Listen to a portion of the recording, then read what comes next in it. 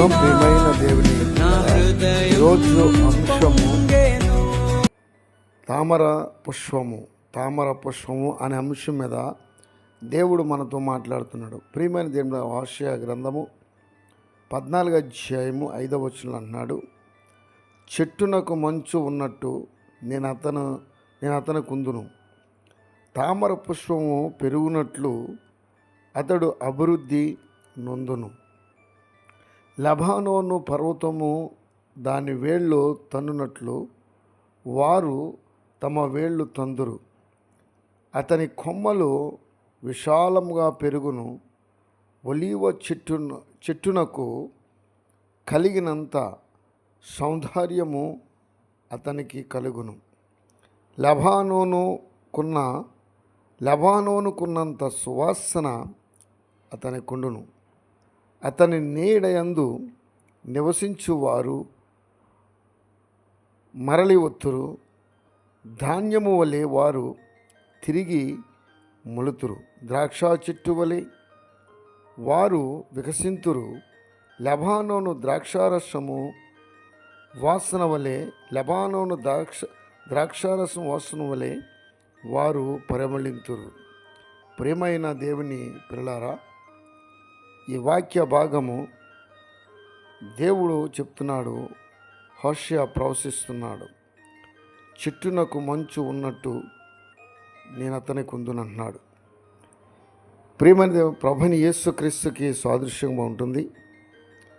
అలాగే మనకు కూడా దేవుడు మంచు చెట్టునకు ఎలాగైతే ఉంటుందో అలాగే మనలను కూడా దేవుడు మనతో ఉండి చెట్టు మీద మంచు ఉన్నట్లుగా ప్రభు మనకు తోడుగా ఉంటానని వాగ్దానం చేస్తున్నాడు. తామర పుష్పం పెరుగునట్లు అతడు అభివృద్ధి నొందును.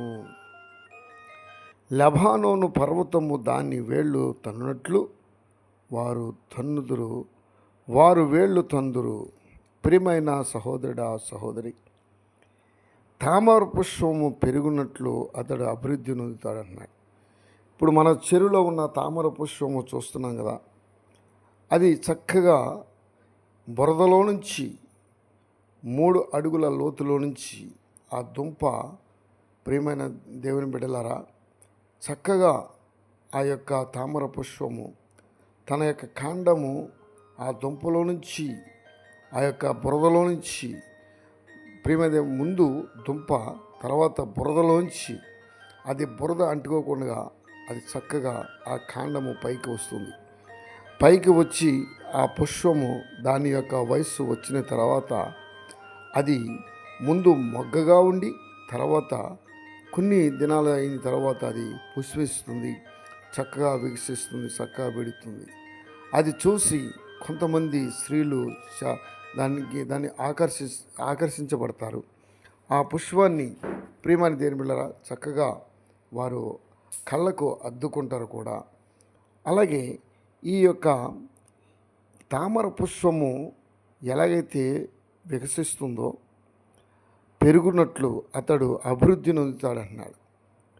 ఈ తామర పుష్పం పెరిగినట్లుగా జగడగల దొంగ ఊపులోంచి కూడా విశ్వాసి, ఈ లోకంలో తిరుగుతున్న మనము, ఈ మాలిన్య జీవితంలో బ్రతుకుతున్న మనము, ఈ పాపలోకంలో ఉన్న మనము, ఈ పుష్పం ఏ విధంగా అయితే బురదలో నుంచి అది చక్కగా కాండము తన్నుకుంటూ పైకి వచ్చి అది వికసిస్తుందో అలాగే మనము కూడా, ప్రియమైన దేవునిలారా, విశ్వాసంలో సహవాసంలో మాటలందు కూడా ఈ పుష్పం వల్లే మనం వికసించి మనము దేవుల్లో ఉన్న మనము అభివృద్ధి నొందుతామన్నాడు. మనము అభివృద్ధి నొందాలన్నా, అభివృద్ధి పొందాలన్నా ఈ పుష్పం వల్లే మనము వికసించినప్పుడు, మన నోటి నిండుగా దేవుని యొక్క వాక్కు ఉన్నప్పుడు, దేవుని యొక్క మాటలు ఉన్నప్పుడు దేవుడు మనతో ఉండి మనల్ని వికసింపచేస్తాడని దేవుని యొక్క వాక్యం చెబుతుంది. కనుక ఈ తామర పుష్పము వికసించినట్లుగా, అభివృద్ధి నొందినట్లుగా దేవుడు మనల్ని కూడా అభివృద్ధి పొందిస్తానంటున్నాడు, అభివృద్ధి పరుస్తానంటున్నాడు. కనుక ప్రభువైన యేసుక్రీస్తుని విశ్వాసంలో అన్ని విషయాల్లో కూడా మనం విడవకుండా ఎడబాయకుండా విశ్వాసం నుంచి ముందుకు సాగాం. దేవుడి యొక్క మాటలను దీవించి ఆశీర్వదించునుగాక. ప్రార్థన. మమ్మల్ని మిక్కిలిగా ప్రేమించిన మా యేసయ్యా నీకు వందనాలు స్తోత్రాలు తండ్రి. ఉదయకాలం ముందు తామర పుష్పం నాయన వికసించినట్లుగా అభివృద్ధి పొందుతాడని నీ యొక్క హోషయ ప్రవక్త ద్వారా ప్రవశించినందుకు నీకు వందనాలు స్తోత్రాలు తండ్రి.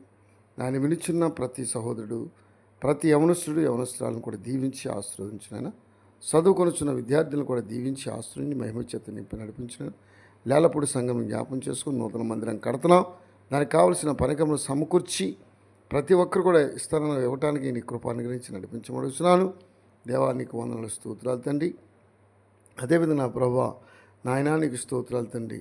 నాయన ఇదిగో నా దేవా చదువుకో నాయన దూర ప్రాంతంలో ఉన్న ప్రతి నాయన బిడ్డలను, నాయన దూరదేశంలో ఉన్న ప్రతి బిడ్డలను కూడా దీవించి ఆశీర్వదించు.